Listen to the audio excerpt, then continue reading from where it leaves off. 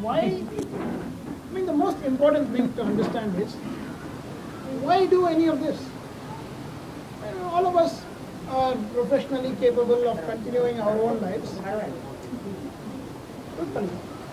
All of us are professionally capable of continuing our own lives, achieving a few things privately, personally, and living reasonably well. I mean, reasonably comfortably, reasonably happily, even. Despite all the things that are wrong around us, we are capable of doing this. Somehow there is something in each person that says things can be better, and more importantly, not just things can be better, that I can be part of making things better. Anyone can believe that things can be better. What's so great about that? Everyone can believe that. The question is, do you believe that you have a role to play in making things better? This is the real question, right? A lot of people, unfortunately, do not believe that they have a role in making things better. It's very odd. I remember one gentleman about 3 months ago, I was talking to him. He kept on complaining about something all the time. If I go to BBMP, they'll not listen to me. If I go to BWSSB, they'll not listen to me. He made a long list of agencies where nobody will listen to me. I got really tired after a while. 15 minutes is more than enough to listen to this kind of thing.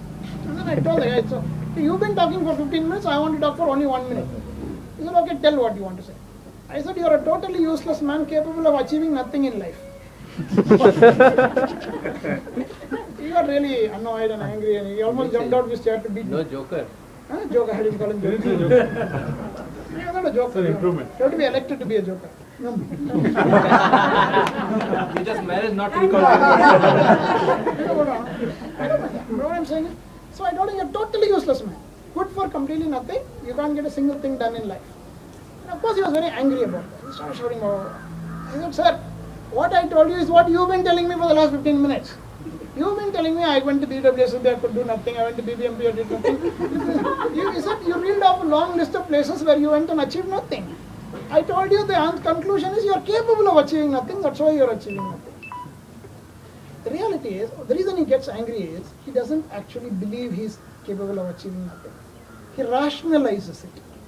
He says, I am achieving nothing because the system will not allow me to achieve anything. And that is not my fault, it is the system's fault. So even when he complains about the system, if somebody turns around and says the system is not wrong, you are wrong, he resists that. Most people who say nothing can be done, in fact, believe that nonetheless they are capable of doing something. This is the challenge. If you tap into the belief that they have, that they are capable of doing something, a lot of things can be done. This is number one. The second thing I want to say is, too many of us are trying to write a constitution for global government without being effective or influential or useful in our own neighborhood. This cannot go on. That we cannot simply have an ideology of how government should run in Delhi or how it should run in Vidhan Sabha without having a reasonable representation of that ideology on your street. People do not support politics because they are impressed by ideology alone. People believe that certain groups of individuals, certain groups of people are capable of solving problems in their own neighborhood, of solving economic problems, social problems, civic problems. This is the reason people join hands together. Therefore, each of us has to be influential first and foremost in solving problems in our own neighborhood. And I believe that if we are influential in solving problems in wards and localities, more people will automatically join because they have a vested interest in solving those problems. If you go outside your street and say, yesterday after a very long time we had been trying for almost a year and a half to get solid waste segregation going in L&T South City where we live.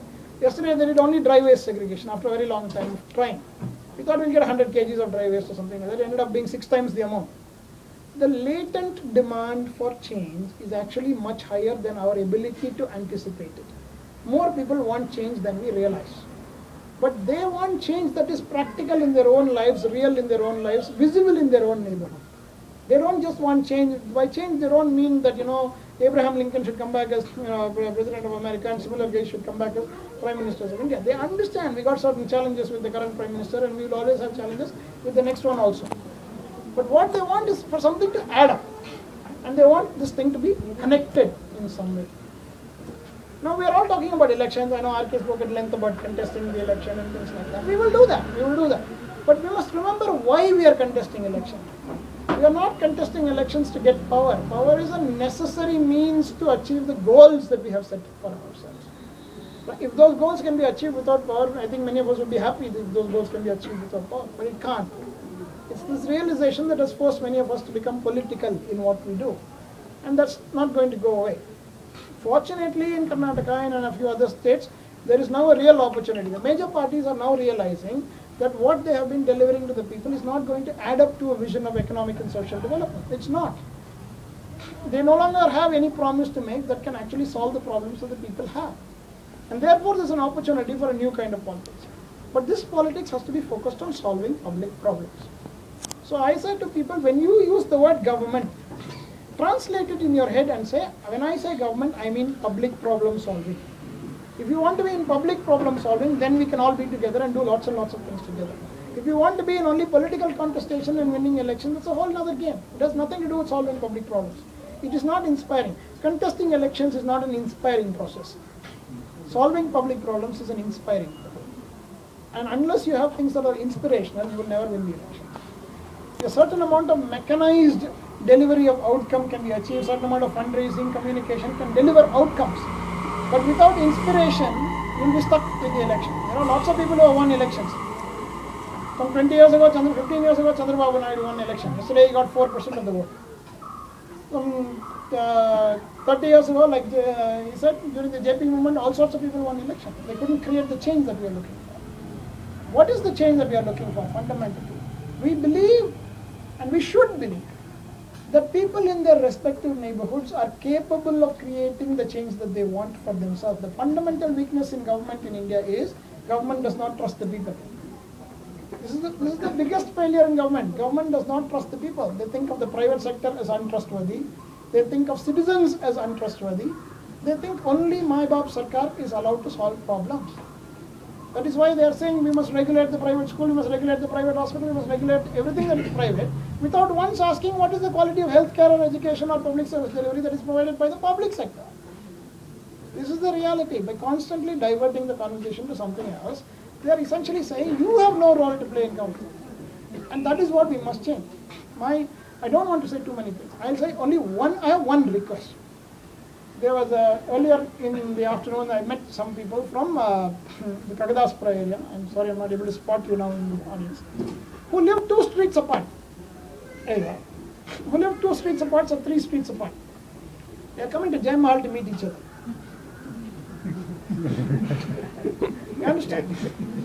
There's a lesson in it. Walk your neighborhood. Mr. Ramakan said this at the end of his election campaign. Walk your neighborhood. If you walk in your neighborhood and you can't recognize 100 faces, you will never change any part of Bangalore, let alone India. When you walk in your neighborhood, you must recognize 100 people. This is the goal that you must set for yourself. If at the end of, when you reach this goal, you will realize one thing. When you can recognize 100 people in your neighborhood, you will understand exactly how Bill of SSB works and exactly how the BBMP works and BDA works, what doesn't work, and various other agencies. They are related. How well you are connected to your neighbor, to your friend, to your colleague is what really determines the quality of your government. All the other things are detailed. And for us to be able to contest an election, contest a public space and win for our ideas to have effective victories in the future, this network has to be strong.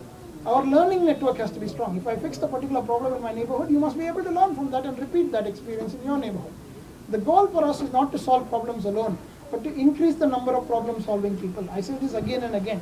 The goal for any sincere political organization has to be to increase the number of problem-solving people and believe that they are independently capable of solving problems in their respective neighborhoods.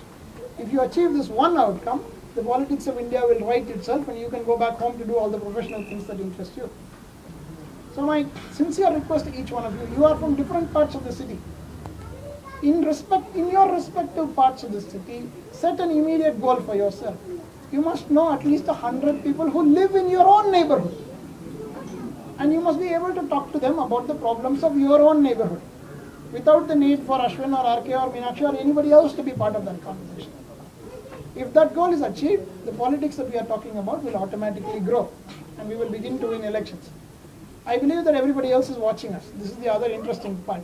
Thanks to what all you guys did, everybody else is watching us. It's a remarkable achievement.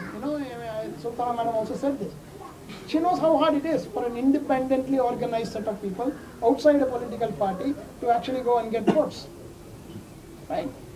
we were able to pull this off at a scale that almost matched every political party in the city.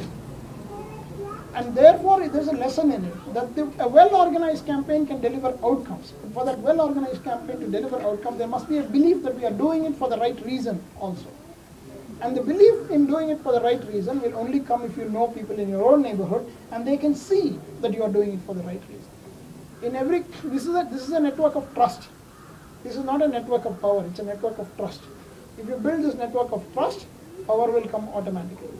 So let us each commit ourselves to building this network of trust and becoming known to people in our respective communities as problem-solving people. If we solve more problems, all the other things will happen more or less automatically. So without relation to the election, we must commit ourselves to this goal. The election will be a natural consequence of all those things. We'll do that also. But we must first become problem-solving people. And this is my request to each one of you, that in your respective areas, you commit yourself to doing this.